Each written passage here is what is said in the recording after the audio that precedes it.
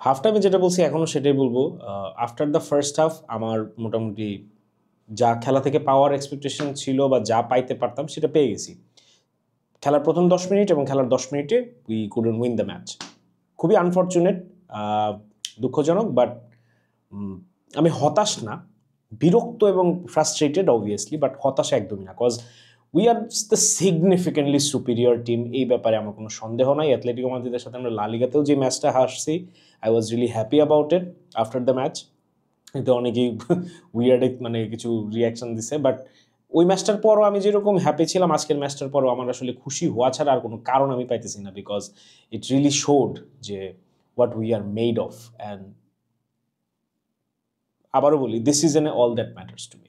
So আমাদের এখনও অনেকগুলো ম্যাচ বাকি আছে অ্যাথলেটিকো মাদ্রিদের সাথে, 2টা টু বি স্পেসিফিক।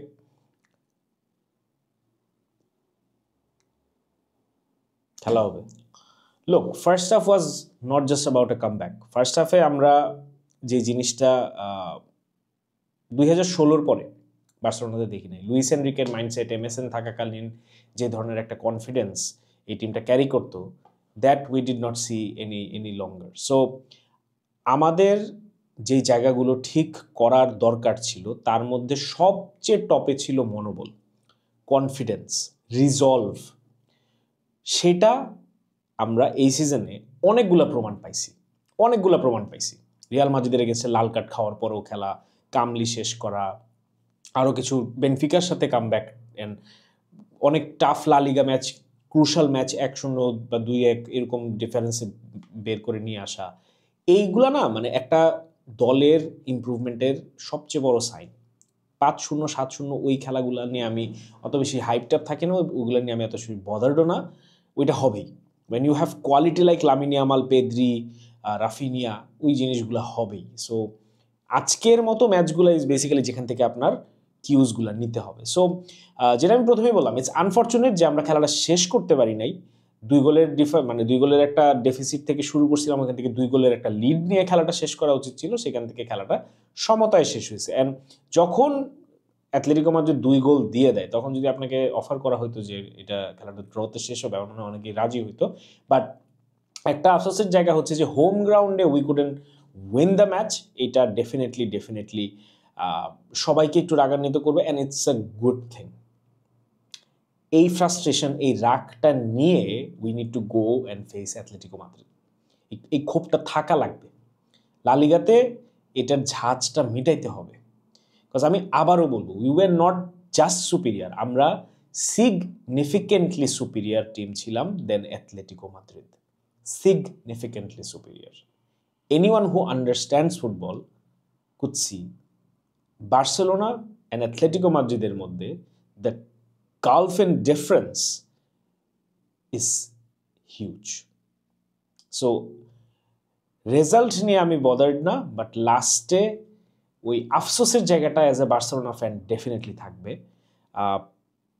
তবে টেনশনের জায়গাটা বা আমার যেই জায়গাটা আসলে আমার খুব বেশি প্যারা লাগতেছে 2টা প্লেয়ারকে স্পেসিফিক্যালি, সেই 2টা প্লেয়ারকে নিয়ে একটু কথা বলি। লেভানডস্কি মিস করছে, এটা আমি মানে এখন এই এক পর্যায়ে এসে এটা মেনেই নিছি, ও একটা মানে ও মিস করবেই। একটা গোল দিছে, একটা মিস করছে, that's what Lewandowski brings to the table. Ferran Torres, the pattern is যখনই ও ভালো খেলে টিমে ঢুকে একটু ফেভার পায়, একটু সুযোগ পায়, স্পয়েল করে। সেকেন্ড গোলটা আমি তাও বেনিফিট অফ দ্য ডাউট, মানে সেকেন্ড যে চান্সটা মিস করছে সেটা আমি তাও বেনিফিট অফ দ্য ডাউট দিতে পারি। ফার্স্ট গোলটা এত স্পেস, এত টাইম, এত দূরত্ব থেকে কিপারকে 1-on-1 অ্যাপ্রোচ করার পর যেই শটটাও নিছে, কিপারের কিছু করাই লাগে না, ইট ওয়াজ আ ভেরি ইজি সেভ। খুব বিরক্তিকর। ফারান টরেসকে আমি প্রচুর সাপোর্ট করে আসছি এবং যাব, আমি ওকে সাপোর্ট করব। I can see the quality in the player. সমস্যা যেটা হয়, ভালো খেলে চান্স যতটুকু দেয় ওটাকে কাজে লাগায় টিমে ঢুকে, যখনই ঢুকে এরকম হেগে দেয়। এইটা একটা প্যাটার্ন হয়ে গেছে এবং এই প্যাটার্নটা খুব বিরক্তিকর। তখন যদি আমরা ফার্স্ট হাফ যদি আমরা 5-2 শেষ করি, 4-2 শেষ করি, সেকেন্ড হাফে অ্যাথলেটিকো মাদ্রিদের বাপেও খেলায় ঢুকতে পারতো না। The game would have been over. এত প্রেশার নিয়ে আমাদের 90 মিনিট খেলা লাগতো না, যেটা খেলা লাগছে আনফর্চুনেটলি। এবং আমি ড্র হয়েছে এটা নিয়ে প্যারা নাই, আমার যে ফিজিক্যাল এবং মেন্টাল এক্সর্শন হয়েছে প্লেয়ারদের, এটা নিয়ে আমার প্যারা লাগতেছে, বিকজ অনেক টাফ টাফ স্কেজুল সামনে আছে। ফাইনালি যে প্লেয়ারটাকে নিয়ে কথা বলবো সেটা হচ্ছে গাভি। গাভি আসার পর খেলা হারাই ফেলছে আমাদেরকে।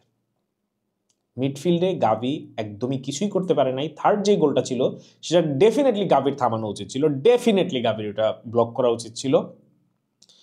পজিশন হারাইছে, পজিশনালি ভালো ছিল না। গাভি দেখে মনে হয়েছে আউট অফ টাচ, এবং প্যারা লাগতেছে ব্যাপারটা আমার কাছে আজকের খেলায়। দ্য অনলি প্যারা যেটা আমার লাগতেছে, যেটা নিয়ে আমি একটু চিন্তিত, যেটা নিয়ে আমি একটু হতাশ, সেটা হচ্ছে গাভির পারফরমেন্স। অন্যদিকে পজিটিভ জায়গা যেটা আমি খেলা শুরুর আগেও বলছিলাম যে আমার কাছে মনে হচ্ছে যে এইটা বার্সেলোনার বেস্ট 11 দেখে মনে হয়, এবং আপাত দৃষ্টিতে যে কামব্যাকটা আমরা করতে পারছি এটা because of having this players on the field. So ওই দিক থেকে আমি আবার আশাবাদী। আজকের খেলাটা থেকে আমাকে যদি জিজ্ঞেস করেন, positive heavily outweighs the negative. So ওইটা নিয়ে আমার আসলে খুব বেশি টেনশন নাই, খুব বেশি চিন্তা নাই।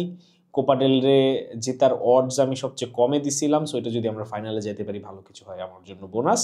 কিন্তু ফার্স্ট হাফে যে জিনিসটা আমাকে আমার টিম দিছে, আমার ম্যানেজার দিছে, আমি ওইটাকেই মনে রাখতে চাই, ওইটাকেই ধরেই প্রতিশোধের আগুন বুকে নিয়ে লালিগাতে এবং সেকেন্ড লেগে অ্যাথলেটিকো মাদ্রিদকে ফেস করব, এবং ইনশাল্লাহ অ্যাথলেটিকো মাদ্রিদকে হারাবো, cause Barcelona is a was significantly a superior team in La Liga, যে ম্যাচ আমরা হারছি, and আজকে যে ম্যাচ আমরা ড্র করছি নিজেদের ভুলের খেসারত দিতে।